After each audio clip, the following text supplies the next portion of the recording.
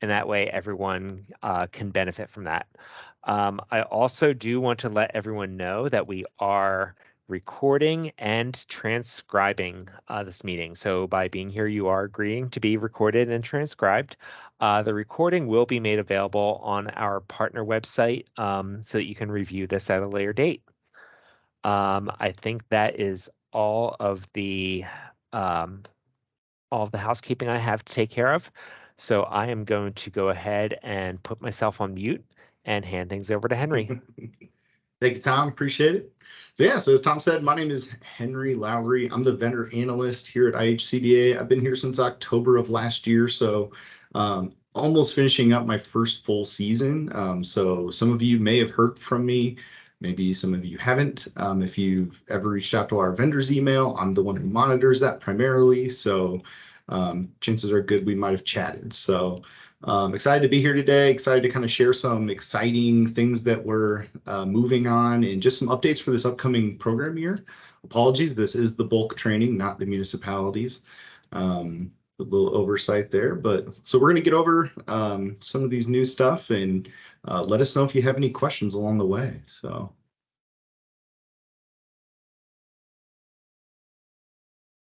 Okay, just quick little overview for some of the things that we're going to go over today. And as Tom said, we are going to be sending out all of the cards and this recording as well. So everybody will have this for training purposes in the future. So yeah, so some of the big successes this year. So served total of over 122,000 households in Indiana. That's about a 12,000 household increase. 40,000 crisis households were served, and 79% of counties served more households than they did in the previous year. So, yeah. So next couple slides, we just have some data that we've put together to show kind of how the money goes. I'm not going to go over this. You guys can go back and look through this if you want to see how we're doing as an agency. Again, not going to spend a lot of time on the funding, but in case you guys are curious, it is here.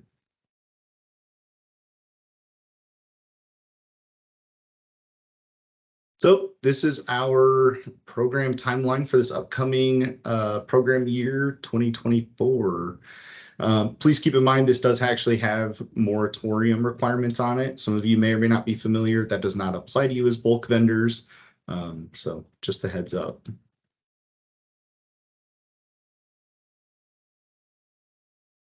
October's coming very quickly. So we've made lots of changes to the vendor guide and MOA this year. A lot of updates, so let's get into it. So the vendor guide itself, if you're not familiar, this should be your number one source for all information involving this program. It has guidance on about everything that we could think of. So we did update that pretty recently. I included a link to where it lives on our program page, on our partner program page, and that is up there now. Yeah, we definitely encourage you to go to that first when you have questions, but we certainly do not want to discourage you from reaching out to us. We are just an email away, and we are more than happy pretty much to help on anything. So anytime clarity is needed, please let us know. But always a good resource there. Yep, so it is an MOA year. So these are now going to be issued every 2 years. And so this will run for a 2-year cycle, and it will take effect on October 1st and then expire in 2025.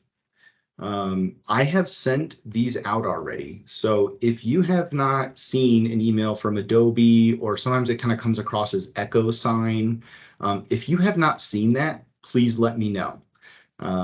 The new email that we have set up is vendors@ihcda.in.gov. And if you have not seen this, please let me know. And then that way we get all this settled right before the season starts. And then that way everybody's getting payments when they should be. So, but yeah, it's a exciting time for them to go out. Okay, and just a heads up on the ACH authorizations, those are still going to be required annually. They will be electronic, still sent through Adobe Sign. That's just to help with our efficiency and expedite all that process. So just a heads up. Okay. So this next big section is we're going to quickly go over some of the changes and then go over some issues or things that we just think we'd like to bring to your attention as far as the MOA goes. So some of those specific agreements. Yep. So here's a list of all the quick changes that we've made. Not quick, these are pretty big.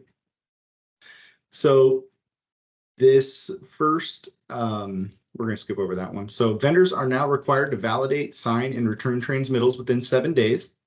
Vendors are now required to use overpayment and refund summary forms while returning funds. We've updated our equal treatment clause to require explicit participation in any investigation into violations. And then across the board, we made several updates to language in the MOAs to make it more logical, concise, and clear. So I'm going to go into a lot more detail as we go through this presentation. So if you have questions on these, don't worry, we're going to get into it. Okay. So agreement 3, so vendor responsibility for other locations. So only a parent company needs to complete an MOA form as long as the deposit and W-9 information for the other locations matches the parent company. So all those locations will be listed in the MOA on one of the attachments.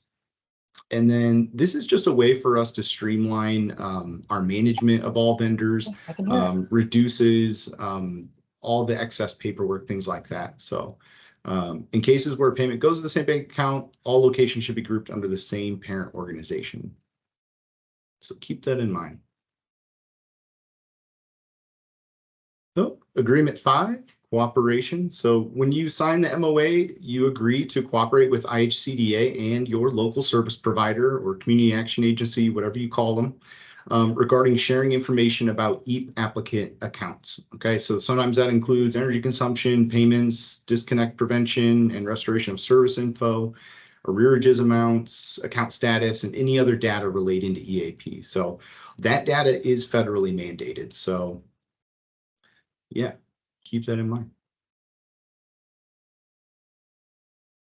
Performance measures. So again, collection of performance measures data is mandated by the LIHEAP statute. So every year we ask several vendors to submit performance measures data, which includes providing an annual energy usage and cost for all customers who have received LIHEAP benefits to cross-reference that data with our income calculations. So that purpose is to demonstrate a reduction of energy burden while assisting us in crafting our policy. So.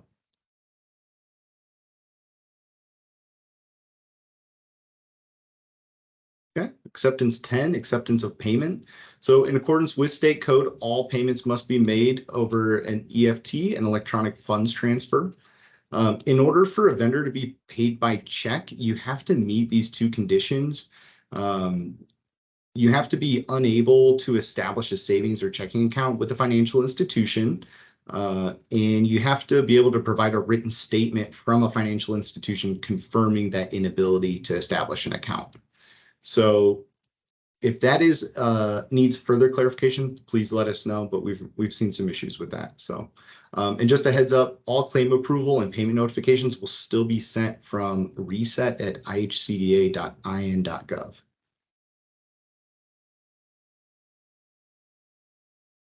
Okay. So agreement 12, unallowable expenses. EAP funds may not be applied to deposits, commercial accounts, garbage collection, water, sewer, cable service, repayment of fraud or theft, setting an LP tank, or any expenses not directly related to residential energy consumption or delivery. Again, if you have questions on this, please ask us. We're happy to clarify before we find issues down the road. I mean, that's always better. So EAP funds must provide continuing service. A vendor may not accept EAP funds for a closed or inactive account and apply them to an outstanding amount owed unless that account is to be restored.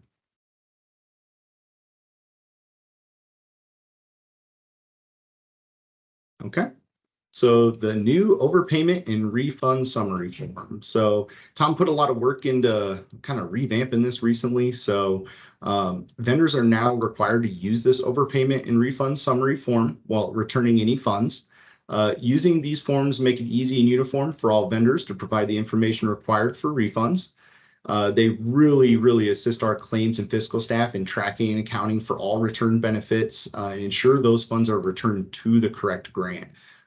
Obviously, any efficiency that we build into that really is just going to save taxpayer funds. So, and then that as well on the client side also speeds up their benefit transfers when an applicant moves and has their benefit sent to a new utility or fuel provider. And then you can take a look at it here. This is actually also on our partner page, which you guys will have access to, and you can go get it whenever you need it. Okay, equal treatment clause. So the vendor shall not treat any household adversely because of EAP assistance. So any adverse treatment includes charging additional rates, fees, costs, other charges on the basis of a household receiving EAP benefits. And then we've also updated this clause to require explicit participation in any investigation that we have into violations. So gotta have it. And then record keeping. So when you sign the MOA, you agree to maintain an adequate accounting system to allow for verification and auditing of the amount of service delivered to eligible households. This includes documentation that LIHEAP funds were not applied to unallowable costs and that refunds and overpayments were remitted to IHCDA rather than to the customer. So records must be maintained for a period of 3 years following the close of any program year. Please keep that in mind. I know I just went through a lot of that. What kind of questions do we have now? Take a little breather here.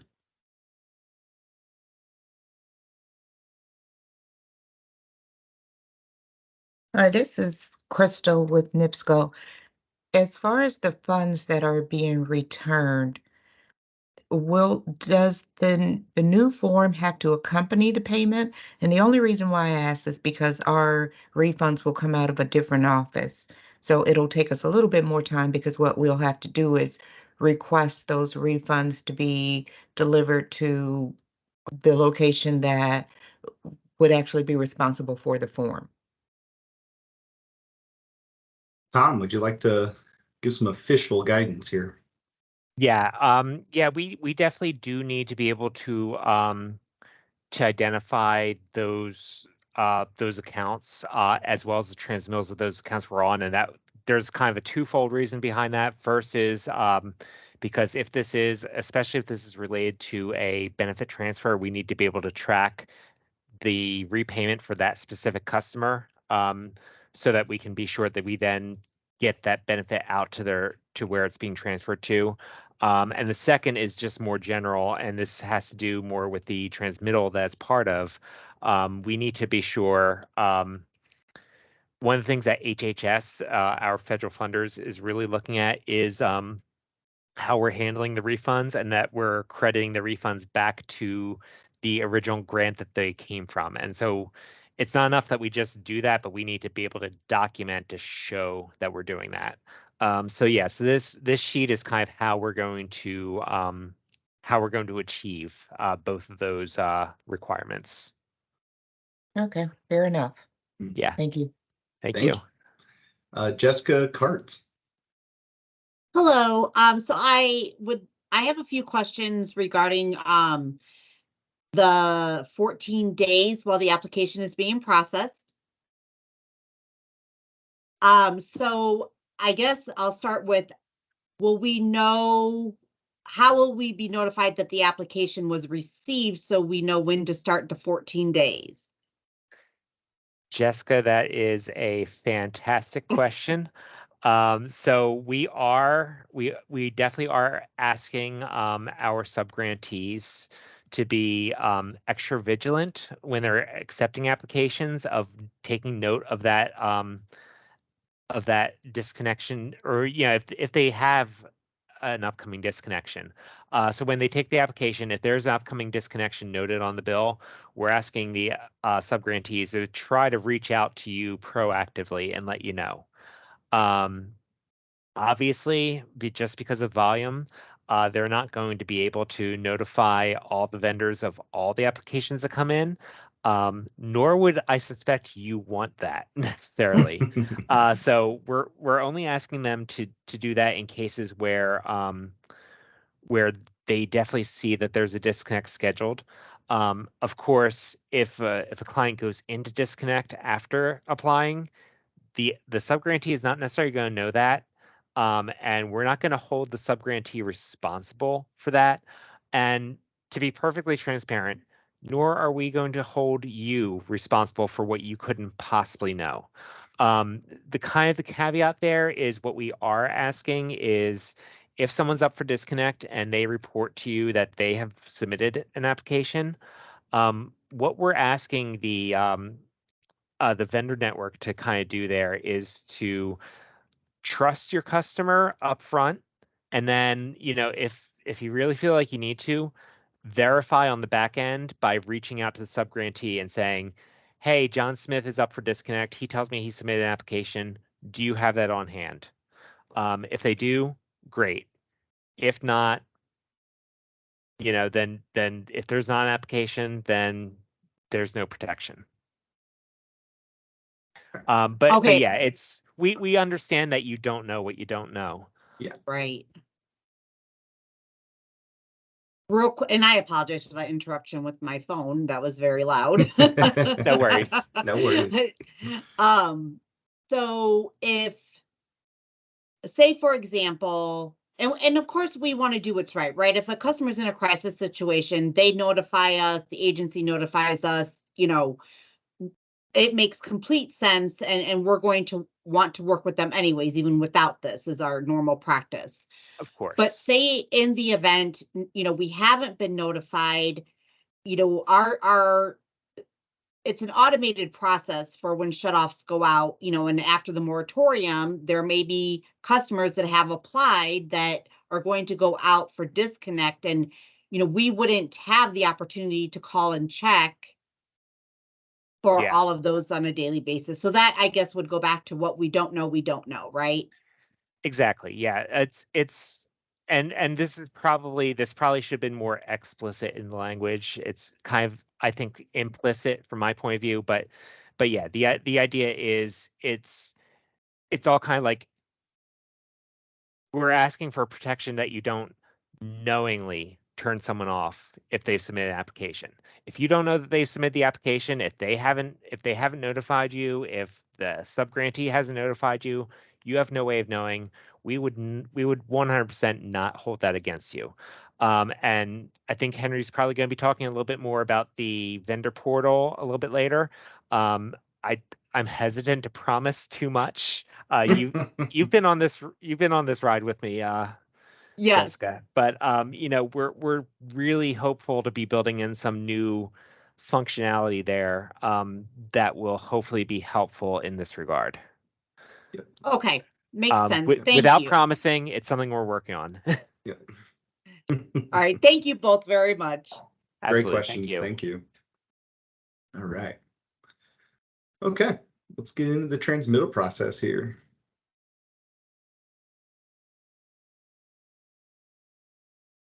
So transmittals serve as the official record of benefit for which any client has been approved. So if there is a discrepancy between the pledge received via your local service provider contact and the amount on the transmittal amount will be considered correct. Transmittals are not valid for payment until they have been signed by both a representative of the LSP and a representative from the vendor. And any changes made to the transmittal need to be made prior to execution. All LSPs have been instructed to ensure that transmittals are generated and sent out on at least a weekly basis. So it is the vendor's responsibility to fully review the transmittal before signing it. So you should make sure you're reviewing that they're one of your actual customers. Their name, address, account number is correct. Make sure they're currently active and not scheduled for disconnect at the customer's request.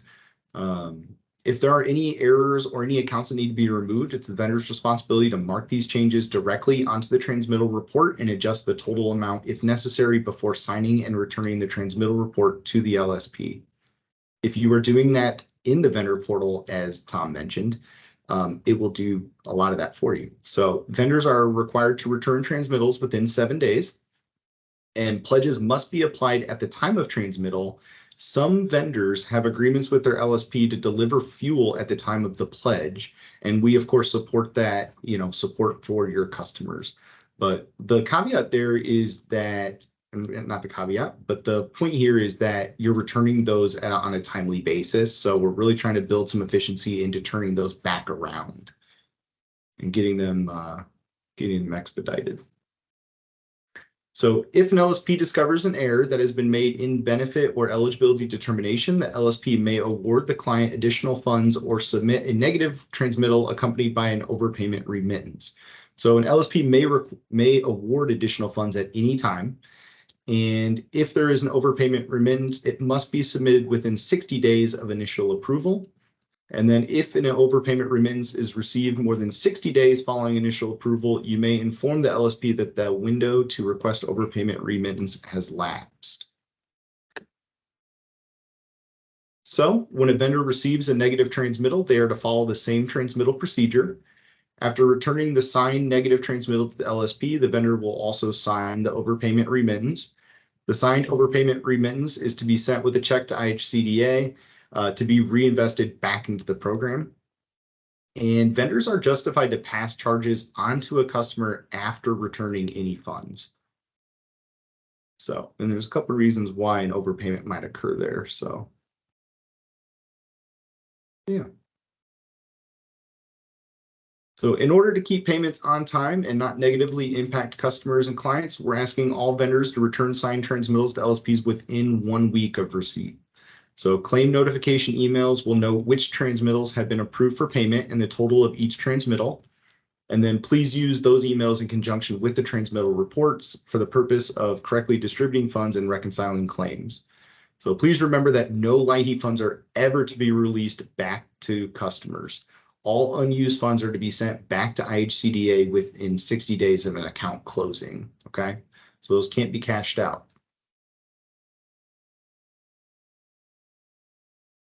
Okay, so one of the things I do want to know while we take a breather here and get some questions is that we're actually working on building a graphic that kind of explains this process, and we're hoping to have this out right before the season starts. So there should be some more training on this kind of going out and hopefully answer any questions. So, all right, so Gail asks, if an agency sends a pledge and a delivery is made based on that pledge, but the transmittal is received after the delivery was made for a lesser amount, who is responsible for the difference in the funds?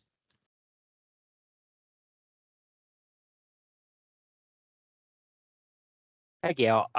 Yeah, so in that case, the customer would absolutely be responsible for that difference.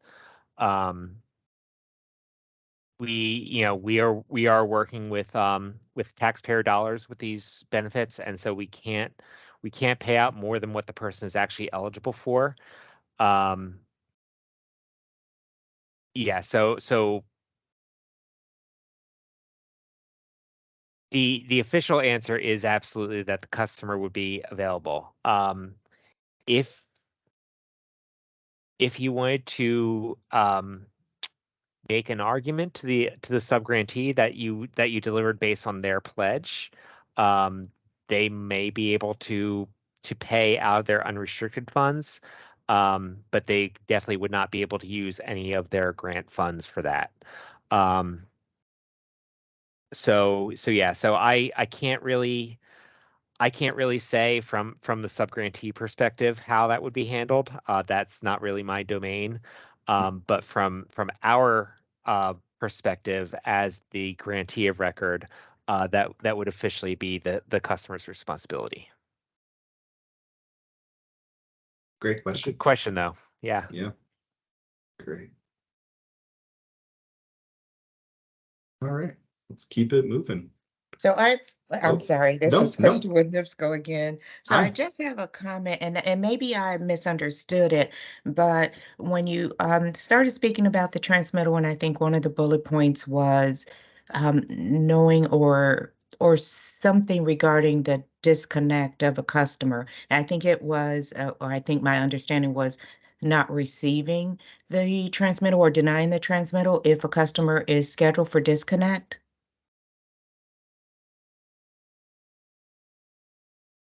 I don't know if I may have misunderstood that, and I don't remember exactly what slide it was.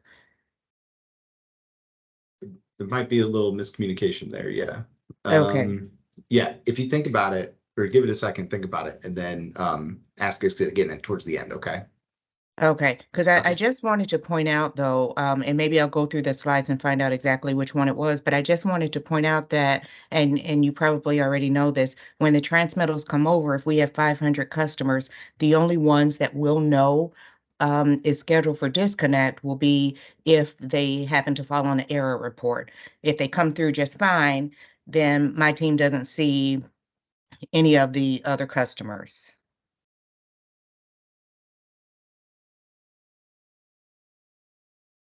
I want to say, is that's your internal system? Is that what we're discussing here? Yes, when it's Okay. transmitted over. Yes. Okay. I'm not sure. I'm a little unclear. If that's your internal system, it's hard for us to comment on that. Well, So and I not want to be even just careful about that. yeah, not even just the internal system, but I tell you what, let me just go back through the other slides and then I'll form my Okay. question here. That works. Okay. That works just fine. Okay. All right. So using the vendor portal and vendor monitoring. So these are a couple of my babies that we're going to talk about. So the vendor portal, if you don't know, is an online system that allows you to edit, send, sign, return, and monitor all your transmittals online. We're not actually quite sure if we've ever actually had any training on this. Just people have picked it up just from word of mouth. And we really actually encourage people using it. It's very easy to use. It's very efficient. The people who are using it are pretty excited about it. After we did our training with all the LSPs, they spoke very highly about it. They were asking if we could get more vendors onto it. So we're kind of making a push to get people signed up for it. So I did include a link here. So we took a little screenshot of kind of what the screen looks like once you're in there. And so you can kind of see how you work around in there. You do need to opt in. So you basically have to let me know that you want access to this. So email us at vendors@ihcda.in.gov. We have a little bit of training materials right now. We're kind of working on some of that. But I can help you troubleshoot anything that's going on, get you onboarded, and get you in the system. And once you're in there, I think what you're going to see is that it's pretty straightforward. Now, on the other side, if you are already in the system and you're not receiving the transmittals, you need to let your LSP know that you are ready, that you're in the system and that you're ready to go. So some of them, that all they have to do is click a button when they send them, and then that way it routes through the portal. You still receive an email notification that it's ready. So not much of the process should change. It's just going to be moving on to the online system. So highly recommend this. If you have further questions, or if you'd like to know more, please let me know. If you've tried it in the past and had issues or something, again, please let me know. And then we can always help troubleshoot through that. So vendor monitoring. So the purpose of vendor monitoring is to ensure compliance with the LIHEAP program by the utility vendor. So we do this every month. It's also an opportunity to improve processes and let us know where areas of confusion are or where additional assistance is needed. So vendor monitoring is federally mandated.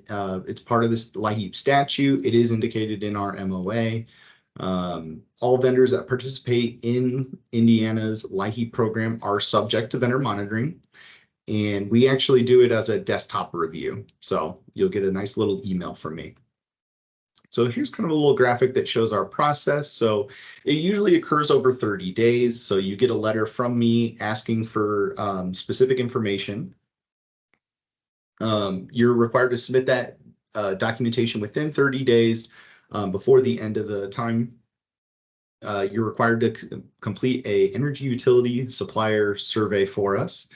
And then all vendors being monitored receive an assessment completion report within 30 days of returning those to me. So this is something we're kind of building out. This is not meant to be punitive, and it's really, we've been using this as a way to really build relationships and get to know what are your processes like. How are they working? Are there best practices? Are there things that are not working? Can we maybe share information from somebody else that where it is working, and just build efficiency into this program? So if you get an email from me, it's not punitive. We're just trying to build this out, so, and make the best use of something that is definitely required. So some best practices for this. So all vendors should create written processes to promote consistency and program integrity. So that's going to be one of the questions in the monitoring. So when you'll be able to just turn around and send those processes back to us, those written processes. All vendors should be performing internal quality assurance audits on EAP customer accounts. All vendors should create a system to ensure that unallowable expenses are not being paid using EAP funds. All vendors should create a 3-year record retention and destruction policy for all EAP documentation, including electronic documentation. And then all vendors should strive to meet all reporting deadlines. This allows IHCDA to fulfill federal reporting requirements and make effective program changes. Just some best practices for you. Do you have any questions on portal monitoring? So it looks like Crystal asks, will all the LSPs be required to use the vendor portal? We had at least 3 that did not use, and 1 has a high volume of customers. That's interesting. Actually, I think what I would like, Crystal, and Tom may have some follow-up for this. I think actually, if you could send us an email with who exactly these vendors are that are not using it. I don't know if we're using the phrase required to use, but it was my understanding we had pretty good coverage on it. Tom, would you like to? Yeah, Crystal, I have a feeling that I know who that one in particular is that you're referring to. So we are stopping short of requiring. We are strongly encouraging. I think we're going to be encouraging even more strongly this year than we were last year. Last year was difficult, especially because of how it was rolled out and when it was rolled out. But this year, since it is available from the beginning of the year, we really would like to set that expectation that we would like to see everyone kind of use whatever tools are available in order to just increase efficiency and accessibility. So yeah, so Henry and I will definitely work on those sub-grantees to ensure that they are on board with adopting this. But yeah, like I said, I'm pretty sure I know of what the one was, but if you could just send us any that you know of that are still hesitant, we can definitely work on that. Yeah, we'd love to have a conversation about that. So Sure, great will question. do. Great. Thank you. Yeah.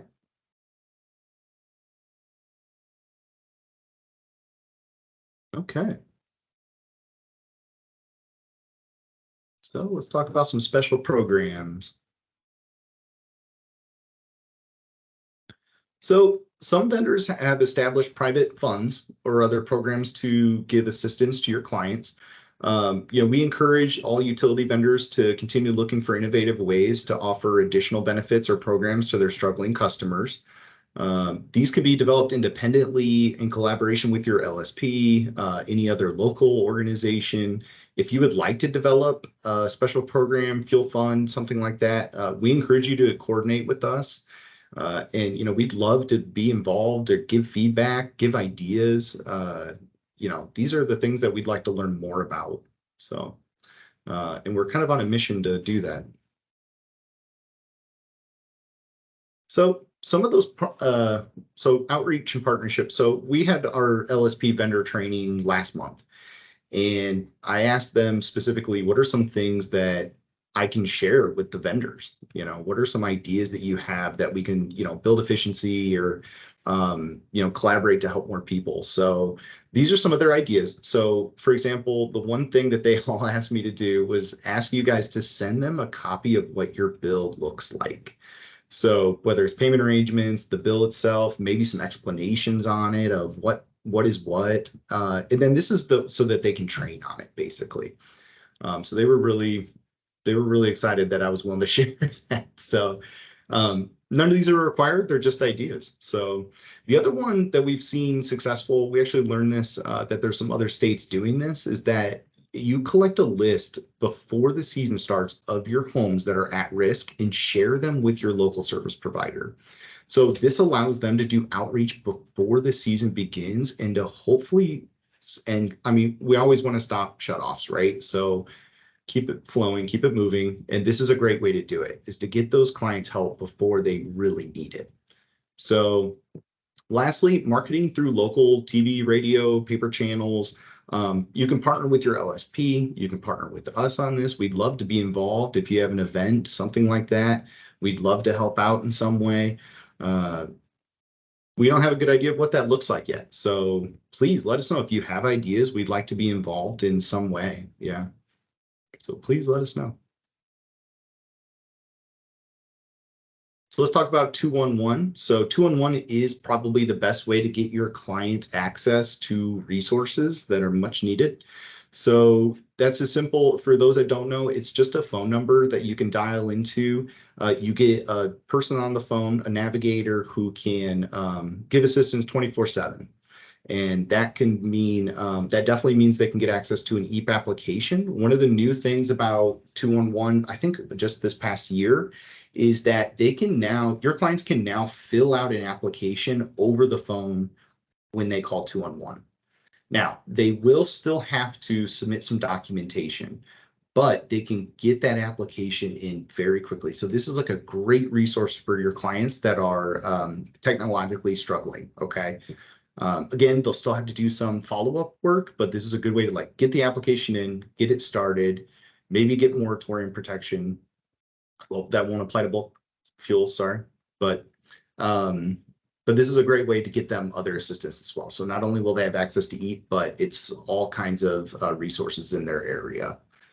So if you didn't know, it's great.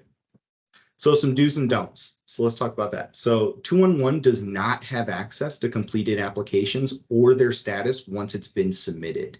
So all of those questions should be directed to an LSP. So if you have a client that reaches out to you and they've submitted an application but haven't heard anything, don't refer them back to 211. That can be really frustrating if a client is really struggling and they just keep hitting brick walls with no answers over and over again. They're spinning their wheels. That can really hurt them. So get them to the right person. That is pretty much always going to be your local service provider.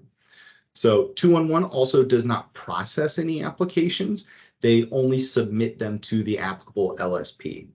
So once it's done, it's done. So a great resource for your clients. So again, this is just kind of like open-ended. These are some of the things I'd like you guys to think about. So just like what kind of ideas for outreach and partnership, what current partnerships do you have that we can share? Where can we assist? Just take some time to think about these. I'm not going to put you guys on the spot in the meeting, but let me know, shoot me an email. I'm always available. Love to have a conversation about these things. So another great way to help all your clients is putting EAP information on your actual websites where your clients go to pay their bills, whatever it might be. So it's a great way to share assistance for them. The only thing that we ask is that you do verify that your information is accurate. So we've actually begun the process from our end of doing some reviews of partner websites and making sure that it's carrying accurate information. So if you get an email from us that says, hey, this is wrong, this is the right information, we're just trying to help. So you might be hearing from us soon, but take a look at your websites. If it's not up there, could be a good thing to help your clients out. So with that, we've actually been updating all of our marketing information, our marketing toolkit. This will also be up on our partner page once it's active. All of it will be upgraded. You're free to use this. It's all accurate, ready to go for the new season.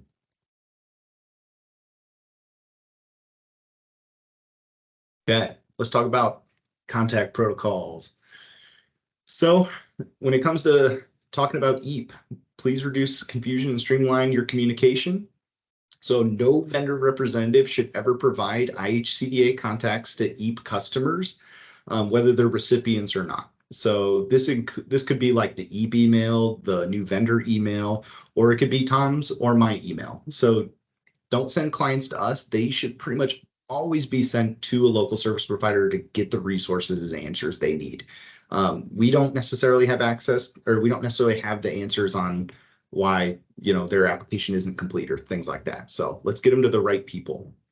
So with that, we actually built a handy dandy little spread here about who to go to and when. I'm not going to go through all this, but you guys can always come back to this and review on who to chat with. So we, as we kind of stated earlier, we did create a new vendor email, vendors@ihcda.in.gov. So this is the mailbox that I oversee. We made this specifically to triage issues for vendors. So if you have questions, you're certainly welcome to still use the LIHEAP mailbox. You may still be hearing from the LIHEAP mailbox. You are welcome to use that, but if you want me to really triage an issue quickly, get to our vendor email. So that's what it's there for. And then just a heads up, a lot of the fiscal department does not have access to any of our emails. Just a heads up. Yeah, I know I went through a good amount there. We've got questions on monitoring or questions on, well, I guess these are questions on special programs.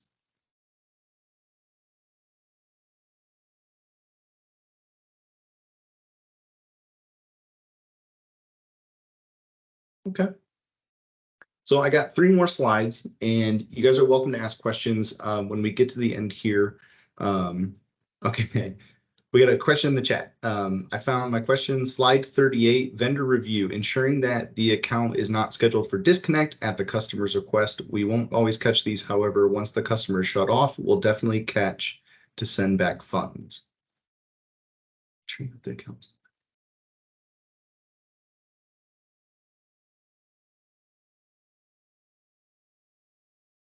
I think, Crystal, did you answer your own question there? Yeah, I Okay. did actually, because I Perfect. was just thinking in my mind through the transmittal process, there'll be so many customers and we won't always catch it unless, if it's shut off, then we'll already see it. But as long as everything looks correct through the transmittal process, we won't see it. But at some point, we'll circle back around to it, because when the customer is shut off and we'll have to refund the funds back, it appears on a report. We have that set up already in-house, so Okay. we'll be fine either way. We'll be fine. Great. I'm glad you found it. Thanks. Okay. Yeah. So I've got 3 more slides to go. So you guys are welcome to ask questions throughout any of these, but we're just going to wrap this up. So here's some just kind of quick next steps. So just want to take a second and thank everybody for, all your hard work every year. I mean, these are your clients and these are your customers, right? So any assistance you're getting them is a real boon for them, and we really salute that. And we know you guys put in a lot of extra work to get them help and get them the resources they need. So we thank you for that. So if you have questions or concerns, you can always reach out to us at the vendor's email. I also collected or put a link to our EAP resource partner page here, as well as a dedicated vendor portal link as well. So, and then I want to talk here about our next. Oh, I'm sorry. We have a question in the chat from Michael. I signed on a little late. I didn't hear if you were sending this PowerPoint presentation out. If you have sent it in advance, I do not see it. Can you send it out? Yes, we will be sending that out. We'll be sending the cards out as well as the recording. And so you'll be able to use these for your training purposes. So So lastly, one of the things that IHCDA is doing is we're looking to build out our data systems. So this includes specifically questions about our vendor portal. So if you are not using the vendor portal, that's okay. We'd still like you to take this survey. If you are using the vendor portal, please take the survey. All you gotta do is take a picture of the QR code, and that'll take you to the link where you can take it. It takes about 15 minutes to go through it, and then this will give us great feedback. So as we build this out. So again, this is my last slide today. So I just want to take a second. Thank you guys for your time today. I know it's a lot. I know you guys invest a lot into this program, and we're really thankful that you guys continue to serve your clients, year in, year out. So thank you so much. And everybody have a great day. I'm gonna leave this card up here for a few minutes in case you want to take a snapshot and do a survey for us. But thanks, everybody. Have a great day.